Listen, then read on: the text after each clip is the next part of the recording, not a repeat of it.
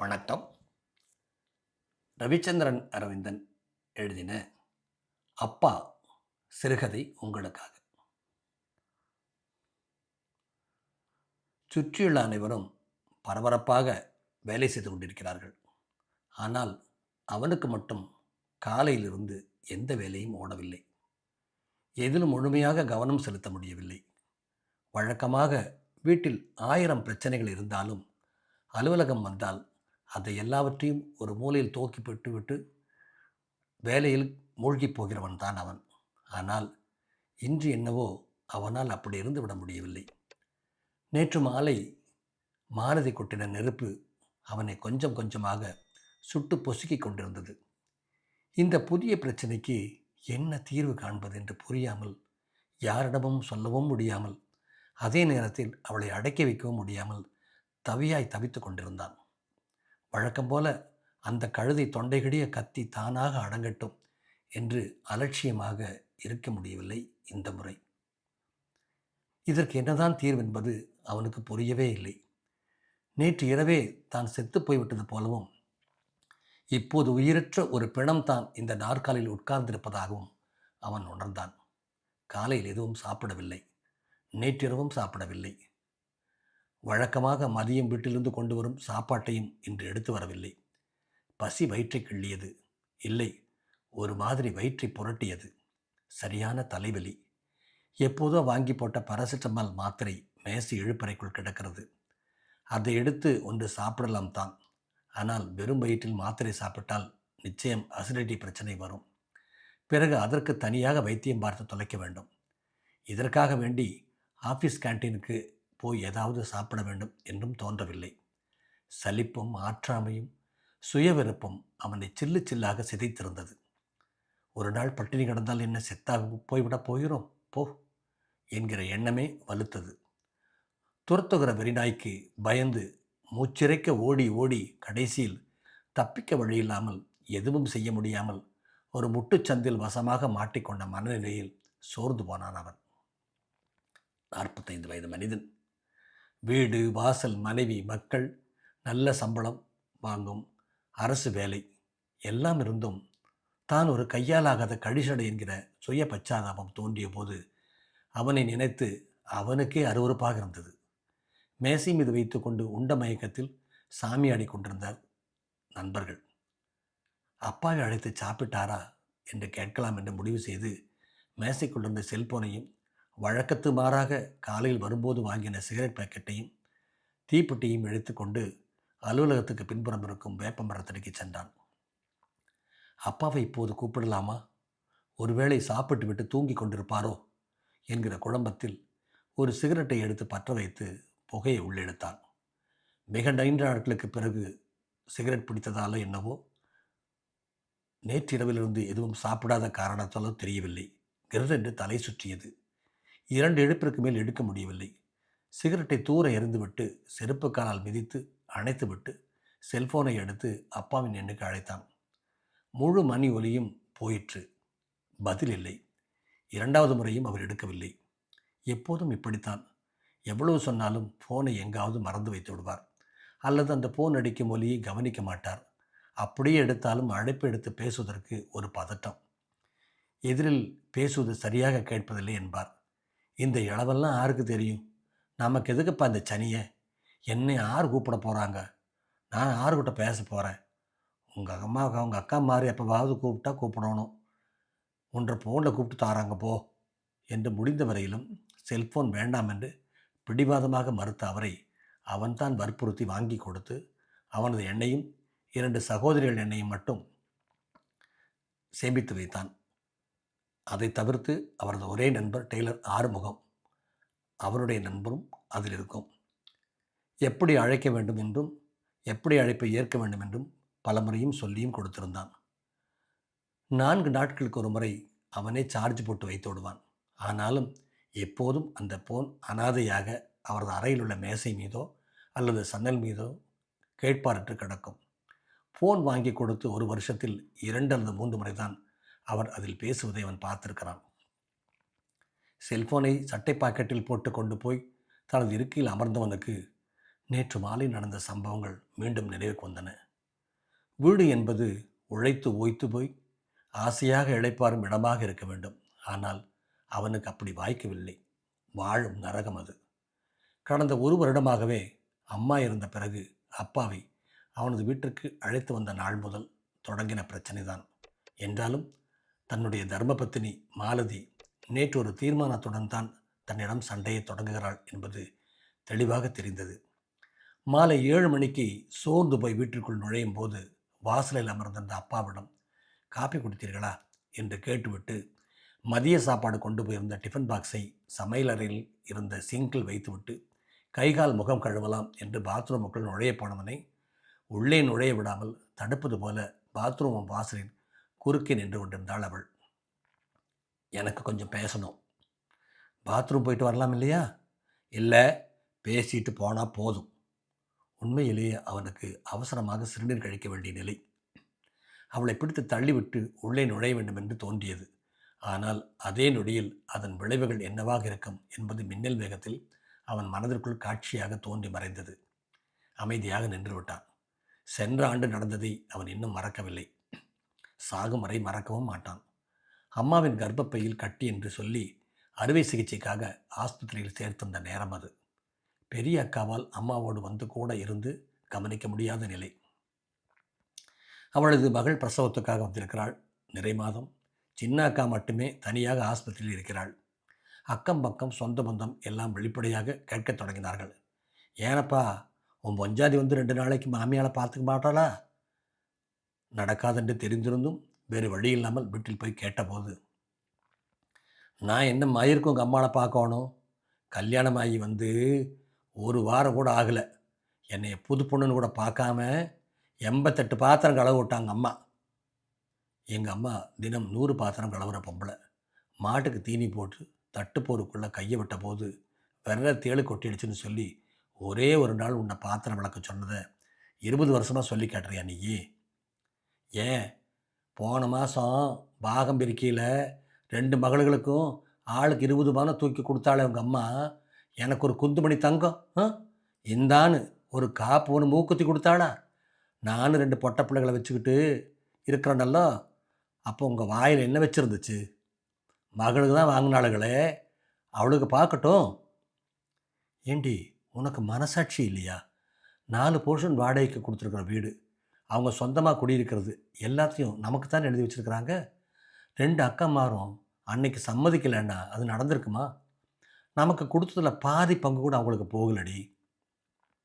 அவங்க 2 பேருமே என் தம்பி நல்லா பொழைச்சா போதும்னு எத்தனை பெருந்தன்மையாக சொல்லி கையெழுத்து போட்டாங்க. அதுக்கு பதிலாகத்தான் எங்கள் அம்மாவோட நகையெல்லாம் அவங்களுக்கு கொடுத்தாங்க. யாருக்கு எழுதி வச்சாங்க? நமக்கா இல்லை உனக்கா? உனக்கு தான் எழுதி வச்சாங்க. உன் பேரில் எழுதி வச்சாங்க. அப்போ நீ போய் பாரு.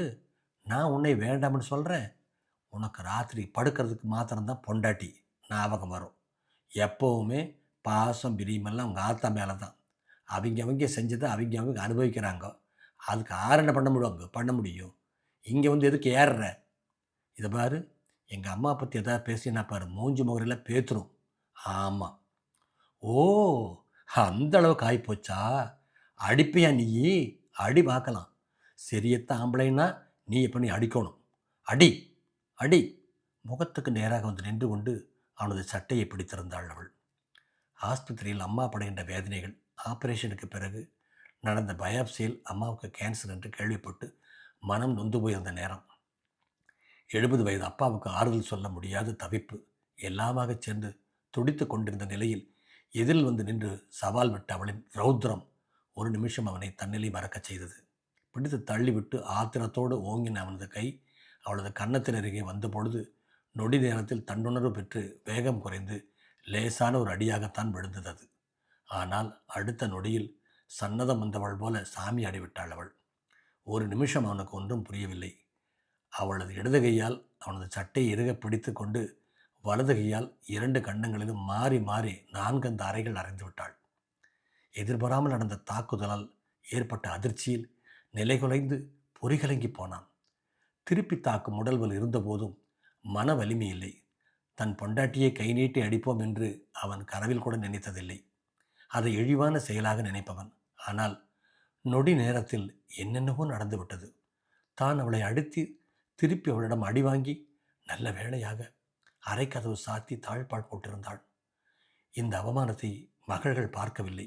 மாடியிலிருந்து கீழே இறங்கி வந்து குளியலறைக்கு சென்று முகம் கழுவியபடி கண்ணாடியில் பார்த்தபோது அவனது முகம் வீங்கியிருந்தது. அவளது நகமோ வளையலோ பட்டதில் 2 கீறல்கள் வேறு. அதன் பிறகு அவன் வாய் திறந்து எதுவும் பேசவில்லை. வீட்டில் வயது வந்த 2 பெண் குழந்தைகளை வைத்துக்கொண்டு அவனால் எதுவுமே செய்ய முடியவில்லை.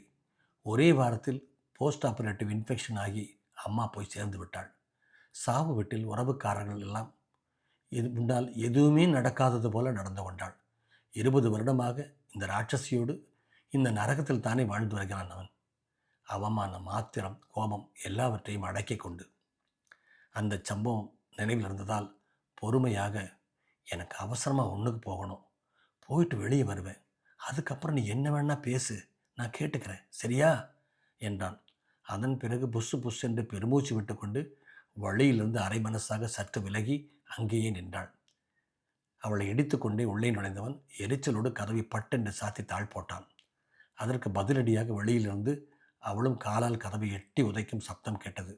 கடவுளே, இந்த நரகத்திலிருந்து எனக்கு விடுதலையே கிடையாதா என்று மனசுக்குள் புலம்பிக் கொண்டு பேண்ட் கால்களை சுருட்டிவிட்டு கைகால்களை கழுவிக்கொண்டு மேலே கம்பியில் கிடந்த ஏதோ ஒரு அழுக்கு துண்டினை எடுத்து முகம் துடைத்துவிட்டு வெளியே வந்தான்.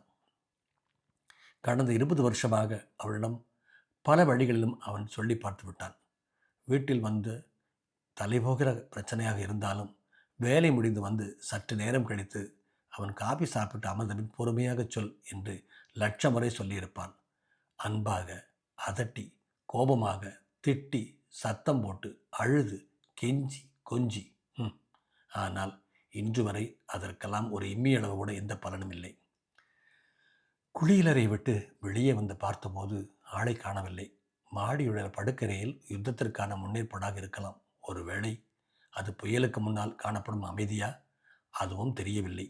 சமையலறையில் நுழைந்து பாத்திரங்களை திறந்து பார்த்தபோது சாப்பாடு, குழம்பு எல்லாமே கொஞ்சமாக இருந்தது. அடுப்பின் மீது இருந்த வடச்சட்டியில் கொஞ்சம் உப்புமாவும் இருந்தது. வாசலுக்கு வந்து அப்பாவிடம் சாப்பிடலாம் வாங்க என்றான். மறுபேச்சு பேசாமல் அனுசரணையுள்ள குழந்தை போல எழுந்து போய் கை கழுவி வந்து உணவு மேசையில் அமர்ந்தார்.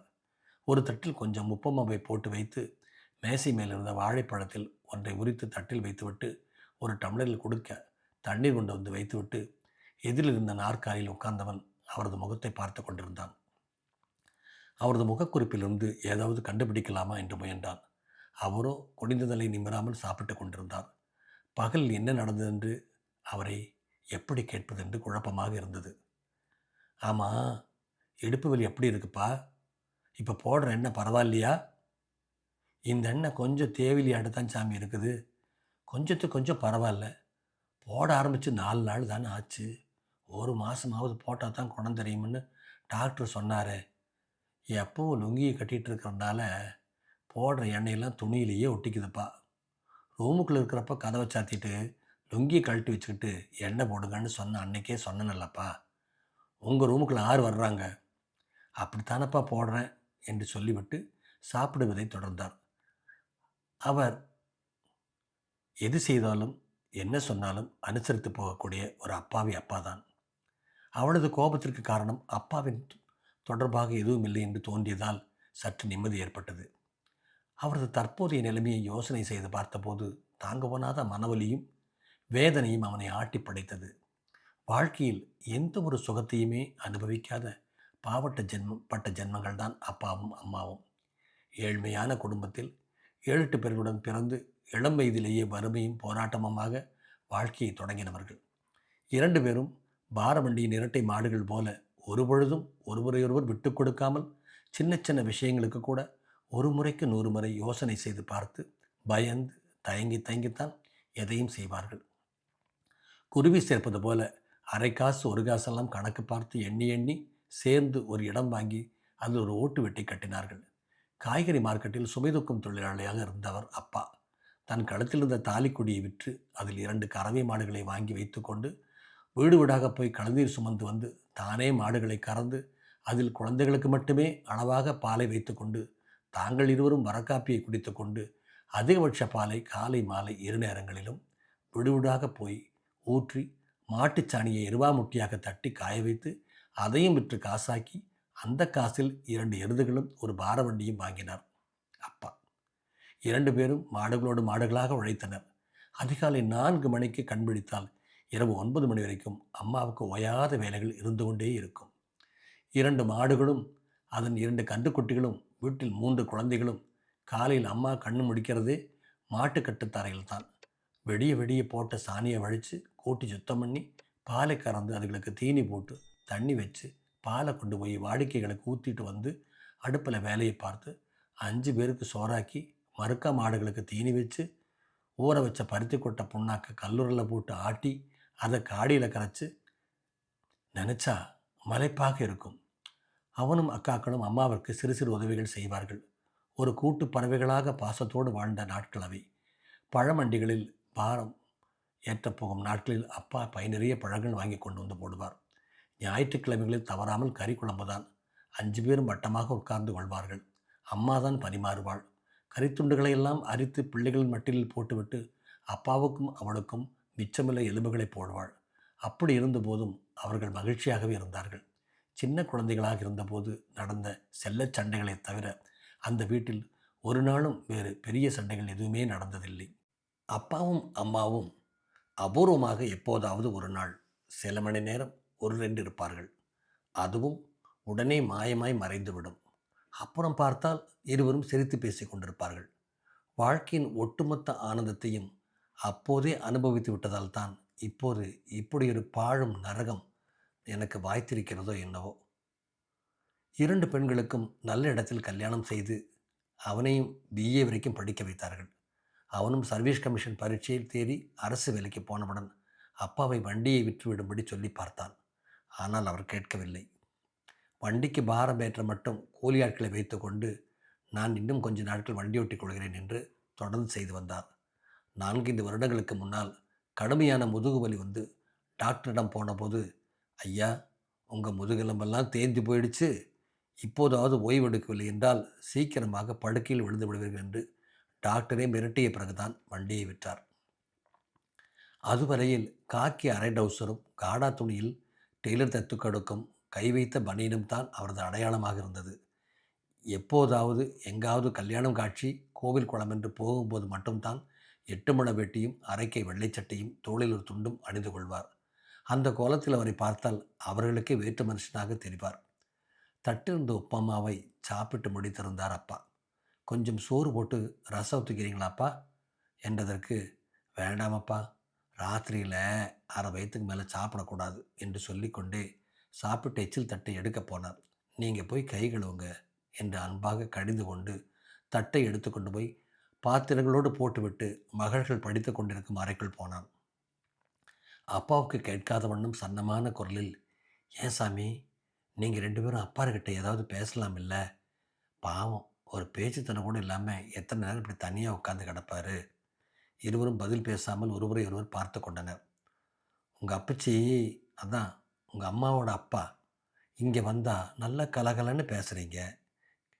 கேட்கக்கூடாதுன்னு நினச்சேன், ஆனால் கேட்காமல் இருக்க முடியலையே. அப்பச்சி கூட சின்ன வயசுலேருந்து பழகிட்டப்பா.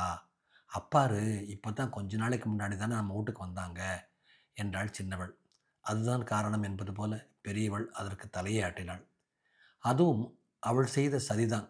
திருமணமாகி ஒரு வருடம் முள்மீது நிற்பது போல அப்பா அம்மாவுடன் இருக்க அனுமதித்தாள்.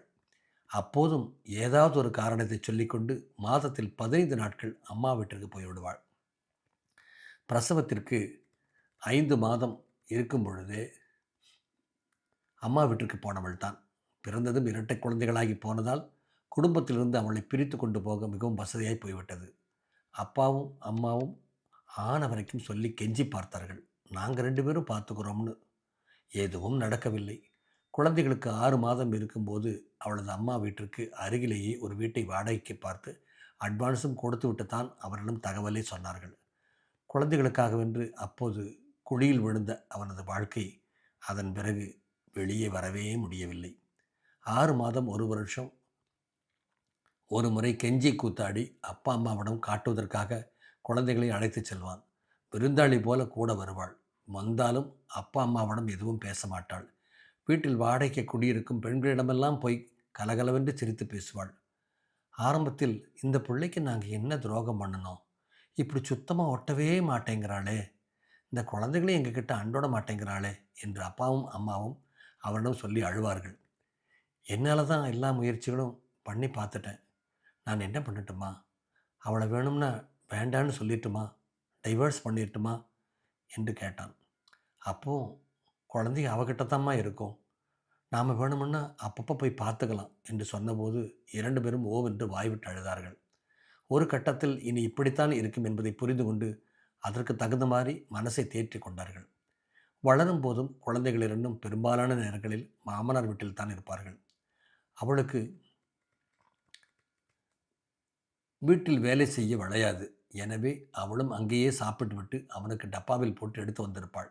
அதை பார்த்தால் அவனுக்கு பற்றி கொண்டு வரும்.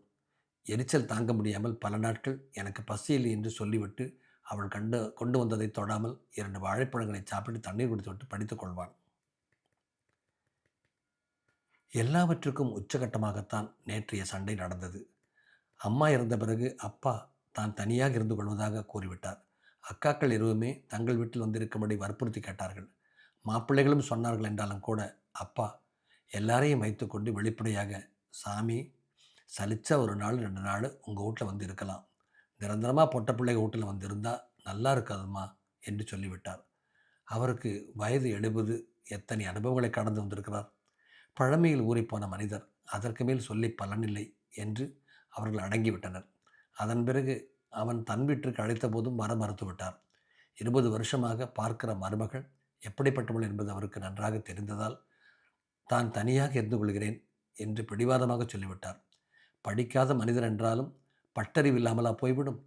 எரிகிற அடுப்புக்குள் காலை நீட்டி உட்கார்ந்து குளிர்காய அவருக்கு என்ன பைத்தியமாக பிடித்திருக்கிறது? அந்த அறிவுகிட்ட வேலையை செய்ய அவர் துணியவில்லை. ஆனால் ஓரிரு மாதங்களுக்குள் அவ்வப்போது வந்து கொண்டிருந்த முதுகுவலி திடீரென அதிகமாகி அவரை படுத்து எடுத்து விட்டது. சுத்தமாக குனிய முடியாத நிலை. நல்ல சாப்பாடு இல்லாததால் இரத்த சோகை வேறு வந்து சேர்ந்தது. மகள்களும் மகனும் சேர்ந்து குடும்ப பஞ்சாயத்தில் தீர்ப்பு வழங்கின பிறகு அவரால் அவர்களை மீறி எதுவும் பேச முடியவில்லை. அப்படியாகத்தான் பெரியவர் தனது 70வது வயதில் மகன் வீட்டில் வந்து தஞ்சம் புகுந்தார். அவர் வந்து சேர்ந்த நாள் முதலே மருமகள் மாலதி வாய்ப்பு கிடைக்கும் போதெல்லாம் கணவனிடம் கரித்து கொண்டிருந்தாள். அந்த மனுஷனுக்கு வெஸ்டர்ன் டாய்லெட்டில் வெளிக்கு போக தெரியல, சரியாக ப்ளஸ் பண்ணாமல் விட்டுறதுனால வீட்டுக்குள்ளெல்லாம் நாத்தம் அடிக்குது என்று ஆரம்பித்தாள். காலையும் மாலையும் 2 நேரமும் நான் பார்த்து கொள்கிறேன் என்று மகன் சொல்லி அவள் வாயை அடைத்தான். ஒரு சட்டி சோறு திங்கிறாங்க அப்பேன் என்பாள். அவரது வீட்டு வாடகை மட்டும் மாதம் 20,000 வருகிறது. அதை நான் தான் வாங்கி 4 நமது மகள்கள் பெயரில் போட்டு வைக்கிறேன் என்று பலமுறை சொல்லி பார்த்தான். உனக்கு சிரமமாக இருந்தால் சொல், நீ சமைக்க வேண்டாம், சமையலுக்கு நான் ஆள் போட்டு விடுகிறேன் என்று சொல்லி அவள் வாயை அடைத்தான். அதே போல சமைத்து டைனிங் டேபிள் மீது வைத்துவிட்டால் போதும், நீ பார்த்து பரிமாற தேவையில்லை என்றான். பெரியவனும் அதைத்தான் விரும்பினார். இப்படியாக நாளொரு மேனியும் பொழுதொரு வண்ணமுமாக புகார்களும் தீர்வுகளும் புறப்படுவதும் அடங்குவதுமாக கத்தீண்டி இரத்தமின்றி யுத்தம் ஒன்று நடந்து கொண்டே இருந்தது. என்றாலும் தனது பெண்டாட்டி உலகின் அதிபயங்கரமான தீவிரவாத இயக்கத்தினரை விட தெளிவாகவும் தீர்க்கமாகவும் திட்டம் தீட்டி தான் நினைத்ததை சாதிப்பவள் என்பது அவனுக்கு நன்றாகவே தெரியும். ஒவ்வொரு நாளும் வீட்டிற்குள் நுழையும் போது அச்சத்தோடு தான் வருவான். அதனாலேயே வீட்டிற்குள் நுழைந்தது முதல் வேலையாக 2 நிமிடங்கள் அப்பாவிடம் நின்று ஏதாவது பேசிவிட்டு பிறகுதான் வீட்டுக்குள் நுழைவான். இதுநாள் வரையில் பிரச்சனை வேண்டாம் என்று பயந்து பயந்து அவள் விருப்பப்படியே எல்லாவற்றுக்கும் தலையை ஆட்டி கொண்டிருந்தவன் அப்பாவின் விஷயத்தில் மட்டும் எந்த சமரசத்திற்கும் செவிசாய்க்காமல் உறுதியோடு நின்றான். சில நேரங்களில் ஆரம்பத்திலிருந்து இதுபோல இன்னும் கொஞ்சம் உறுதியாக இருந்திருக்கலாமோ என்று தோன்றியது. ஒவ்வொரு நாளும் ஏதோ ஒரு குறை சொல்லாமல் எரிச்சலை காட்டாமல் இருக்கவே மாட்டாள். வீட்டு சந்தில் போய் நின்றுட்டு பீடியை குடிச்சு குடிச்சு குடிச்சு போடுது. சந்து பக்கம் போகவே முடியாது. சாப்பிட்டு கை கழுவுனா வாஷ்பேஷனில் வாயை கழுவிட்டு அப்படியே போயிடுது பஸ்ஸை. எப்போ பாரு வாசப்படியிலேயே கெதின்னு உட்காந்து கிடக்குது. வேலை இருந்தால் கொஞ்சம் நேரம் வாசலில் நின்று அக்கம் பக்கம் பொம்பளைகளோட சலிப்பு தீர 4 வார்த்தை பேசலாம்னா அதுக்கு வழி இல்லை. இப்படியாக எதையாவது வந்து சொல்லிக்கொண்டே இருப்பாள். இத்தனையும் தாண்டி அந்த மனிதரை பொறுத்து கொண்டிருப்பதற்கு ஒரே ஒரு காரணம் இருந்தது. பெரியவரின் வீட்டு வாடகை மாதா மாதம் தனது மகள்களின் திருமணச் செலவுக்காக வங்கியில் கணிசமாக சேர்ந்து கொண்டிருக்கிறது என்பதால் அமைதியாக இருக்கிறாளோ என்கிற சந்தேகமும் அவனுக்கு இல்லாமல் இல்லை. ஆனால் இன்று ஏதோ புதிய சதித்திட்டம் உருவாகியுள்ளது என்பது மட்டும் அவனுக்கு உள்ளுணர்வு உணர்த்தியது. மேலே சென்று பேண்ட் சட்டையை கழற்றி மாட்டிவிட்டு லுங்கிக்குள் நுழைந்தான். கட்டிலில் உட்கார்ந்து கொண்டிருந்தவன், உங்கள் அப்பாவை பற்றி இன்னைக்கு ஒரு முடிவு எடுக்கணும். இனிமே அந்த மனுஷன் இந்த வீட்டு இருக்கிறதுக்கு நான் ஒத்துக்க மாட்டேன். அதை நான் தான் முடிவு பண்ணணும். உனக்கு அந்த அதிகாரத்தை யாரும் இங்கே கொடுக்கல. நீ என்னடி சொல்கிறது? அப்புறம் நான் சொல்லாமல் இது என்ற வீடு, எங்கள் அப்பா வாங்கி கொடுத்த வீடு. இடம் தான் உங்கள் அப்பா வாங்கி கொடுத்தாரு. வீடு கட்டுறது யார்? அதுக்கும் என்ற நகையை கழட்டி கொடுத்துருக்குறேன். ஓ, கணக்கு அப்படியா? சரி, இப்போ உனக்கு என்ன பிரச்சனை அதை சொல்லு. இந்த வீட்டில் ஒன்று நான் இருக்கணும், இல்லைன்னா உங்கள் அப்பன் இருக்கணும். அந்த மனுஷன் உன்னை என்னடி பண்ணுறாரு? ஏண்டி இப்படி அளவெடுக்கிற? போட்டதை தின்னுட்டு அவர் பாட்டுக்கு சிவனேன்னு ஒரு மூலையில் உட்காந்து கிடக்கிறாரு. அவர் உன்னை என்னடி பண்ணுறாரு? ஏன் தனியாக என்னை ஏதாவது பண்ணணும்னா? இன்னைக்கு மத்தியானம் என்ன நடந்ததுன்னு தெரியுமா உனக்கு? அந்த ரூமுக்குள்ளே லாப்ட் இருக்கிற சாமானமெல்லாம் எடுக்க போகலான்னு போனால் ஒரு அலும்பு இடுப்பில் ஒட்டு துணியும் இல்லாமல் அம்மனமாக படுத்து கிடக்கிறான் அந்த மனுஷன். எனக்கு பகிர்ந்துச்சு. அப்படியே தூக்கி வாரி போட்டுச்சு. ஒரு நிமிஷம் கையும் காலும் விட விடன்னு வந்துடுச்சு. பதறி அடிச்சுட்டு வெளியில் ஓடி வந்துட்டேன். 2 பொட்டப்பிள்ளை இருக்கிற ஓடு. கொஞ்சமாவது அறிவு நினைவு வேண்டாம், சூடு சொரண வேண்டாம். கழுதிக்கான மாதிரி வயசாச்சல்லோ. ஏய் ஏய் என்றவாறு கையை ஓங்கி விட்டான். கனல் திரிக்க பார்த்த அவளது கண்களை கண்டதும் அப்படியே சர்வநாடியும் ஒடுங்கி போய் கட்டிலில் உட்கார்ந்து கொண்டு அவளை அடிக்க முடியாத ஆத்திரத்தில் தன்னையே தலை தலையாக அடித்து கொண்டான். 2 நிமிடம் அமைதி நிலவியது. நாளைக்கே ஒரு முடிவெடுத்துட்டா எல்லாருக்கும் நல்லது. இல்லைன்னா இந்த அசிங்கத்தை அக்கம் பக்கமெல்லாம் சொல்லி போடுவேன் நான். பார்த்துக்கோ, என் புருஷன் வெளியில் போன பிறகு இந்த ஆள் வீட்டுக்குள்ளே துணி இல்லாமல் சுற்றுறான்னு போய் ஊருக்குள்ளே சொல்லினா காரி துப்புவாங்க. அப்புறம் என்னை என்னன்னு கேட்கக்கூடாது என்று பிளாக்மெயில் பண்ண தொடங்கினாள். கட்டிலிருந்து எழுந்து அவள் முன்னால் போய் 2 கைகளையும் கூப்பி நின்றான். அம்மா, தாயே, உன்னை கையெடுத்து கும்பிடுறேன். நான் தான் அந்த மனுஷனை இடுப்பு வலிக்கு எண்ணெய் போட சொல்லி சொன்னேன். வயசானவர் கதவை தாழ் போட மறந்துருப்பார். அந்த மனுஷன் இதை காதில் கேட்டால் உசுரையே விட்டுருவார். எங்களுக்கும் தெரியும். அதனால தான் இத்தனை நேரம் நான் பல்ல கடிச்சிட்டு வாயை மூடிட்டு இருந்தேன். எதுவும் பேசாமல் ஒரு பெட்ஷீட்டும் தலையணையும் எடுத்துக்கொண்டு கீழே இறங்கி வந்து ஹாலில் உள்ள சோஃபாவில் படுத்து கொண்டான். படுத்தானே ஒழிய உறக்கம் வரவில்லை. நாளை ஆஃபீஸ் போன பிறகு இந்த ராட்சசி அப்பாவிடம் அதை பற்றி ஏதாவது பேசிவிட்டால் என்ன செய்வது என்கிற அச்சம் அவனை தூங்க விடாமல் மிரட்டியது.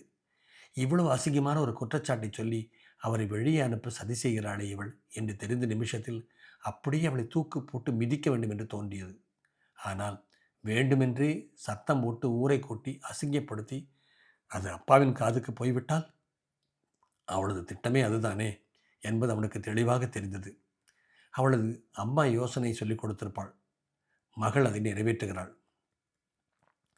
காலையில் எழுந்தவுடனேயே அப்பாவிடம் சென்றவன், அப்பா, ஒரு 10 நாளைக்கு ஊரில் போய் இருந்துட்டு வாங்களேன். இங்கேயே உட்கார்ந்து கிடந்து உங்களுக்கு போர் அடிக்கும் இல்லையா?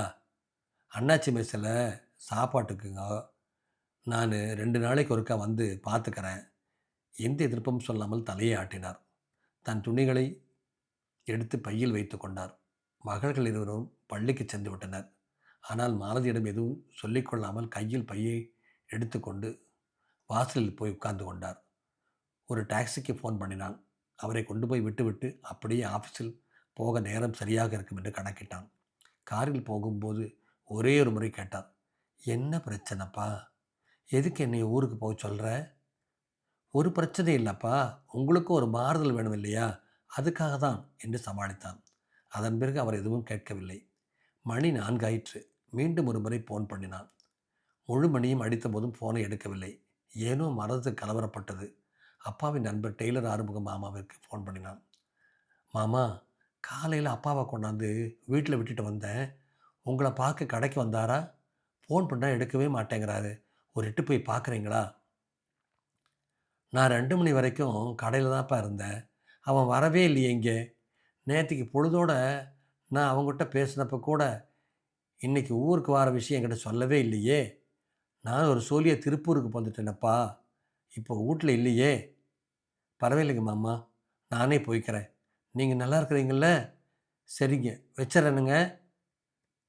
நண்பர் பாஸ்கருக்கு ஃபோன் பண்ணினான். பாஸ், எங்க இருக்கீங்க? அவசரமா ஊருக்கு போணும். நம்ம பழைய வீடு வரைக்கும். எங்கூட கொஞ்சம் வர முடியுமா? இதோ புறப்படுறேன். நீங்க கேட்டுக்கு வந்துருங்க. அடுத்த 2 நிமிடங்களில் அக்கவுண்டன்ட்டிடம் பர்மிஷன் எழுதி கொடுத்துவிட்டு வேகமாக வெளியே வரவும் பாஸ்கரின் கார் அவன் அருகே வந்து நிற்கவும் சரியாக இருந்தது. என்ன ஆச்சு? முகமெல்லாம் ஒரு மாதிரி இருக்கு. ஏதாவது பிரச்சனையா? வழக்கமான பிரச்சனை தான் பாஸ். வீட்டில் அவ பெரிய ரகளை. அப்பா விட்டு இருக்கக்கூடாதுன்னு சொல்லி இந்த முறை ரொம்ப மோசமாக பிளாக்மெயில் பண்ண ஆரம்பிச்சிட்டான். எனக்கு என்ன பண்ணுறதுன்னு தெரியல. காலையில் அப்பாவை புறப்பட சொல்லி ஊரில் கொண்டு போய் விட்டு போட்டு ஆஃபீஸுக்கு வந்துட்டேன். மதியத்துலேருந்து ஃபோன் பண்ணி பார்க்குறேன். அப்பா ஃபோனே எடுக்கலை. என்னவோ மனசுக்குள்ள ஒரு மாதிரி இருந்துச்சு. அதான் உங்களை கூப்பிட்டேன். முதல் நாள் நடந்தவைகளை நண்பரிடம் சுருக்கமாக சொன்னான். அவனுடைய அந்தரங்கங்கள் எல்லாம் தெரிந்த நண்பர் தானே. என்றாலும் அதை அவரிடம் சொல்லும்போது அவனை அவமானம் பிடுங்கி தின்றது. நான் ஒரு பொட்டக்கூதி பாஸ். பெத்த தாயும் தகப்பனையும் நல்லபடியாக வச்சு பார்க்க முடியாத கேடு கெட்ட பாய் என்று சொல்லி இரு கைகளால் முகத்தை மூடிக்கொண்டு ஓவென்று அழுதான். அட, சும்மா இருங்க. வீட்டுக்கு வீடு வாசப்படி. 100க்கு 90 குடும்பத்தில் இன்றைக்கி இதுதான் பிரச்சனை. நிலமை சில குடும்பங்களில் பெற்றவங்களையே புரிஞ்சுக்கிட்டு அவங்களே ஹோமுக்கு போயிடுறாங்க. என்னை கேட்டால் வயசான காலத்தில் கூட வச்சுக்கிட்டு அவங்கள கூர்மையான வார்த்தைகளில் கொல்றதும், ஒரு வார்த்தை கூட பேசாமல் அலட்சியப்படுத்துறதும், அதை விட பேசாமல் எங்கேயாவது ஹோமில் கொண்டு போய் சேர்த்துட்டா அவங்க நிம்மதியாக இருப்பாங்க. அவங்க சாகிற காலத்தில் இப்படி இடிசோறு திங்காமல் கௌரவமாக செத்து போவாங்க. வீடு வந்து விட்டது. பாஸ்கரன் ரோட்டில் ஒரு ஓரத்தில் காரை பார்க் பண்ணிவிட்டு உள்ளே போவதற்குள் அவன் அவசர அவசரமாக உள்ளே போனான். அப்பா, அப்பா என்று மெல்ல அழைத்து கதவை தட்டினான். பதில் இல்லை. பலமாக தட்டினான். அப்போதும் பதில் இல்லை. உரத்த குரலில் அப்பா, அப்பா என்று கத்திக்கொண்டே கதவை இடித்தான். அதற்குள் குடித்தனக்காரர்கள் 1-2 பேர்கள் ஓடி வந்து மௌனமாக நின்றார்கள். ஒரு அம்மா மட்டும் மதியத்திலிருந்தே கதவு சாத்தித்தான் இருக்குது, அவர் வெளியே காணவே இல்லை என்றார். பக்கவாட்டில் உள்ள ஜன்னல் வழியாக பார்க்கலாம் என்று முயன்றபோது ஜன்னலும் உள்பக்கம் கொக்கி போட்டிருந்தது. அவனுக்கு கைகால்கள் நடுங்க ஆரம்பித்தன. நிற்க முடியாமல் பக்கத்தில் உள்ள சுவரில் சாய்ந்து கொண்டான். பாஸ்கர் குடித்தனக்காரர் ஒருவரிடம் போய் ஏதோ பேசினார். வெளியே என்று சென்ற அந்த மனிதர் 2 நிமிடத்தில் கையில் ஒரு பெரிய கடப்பாறையுடன் வந்தார். அவரிடமிருந்து கடப்பாறையை வாங்கின பாஸ்கர் அந்த பழைய இரட்டை கதவு நடுவில் விட்டு பலமாக ஒரு நெம்பு நம்பினார். கதவுகள் இரண்டும் படார் என திறந்து கொண்டது.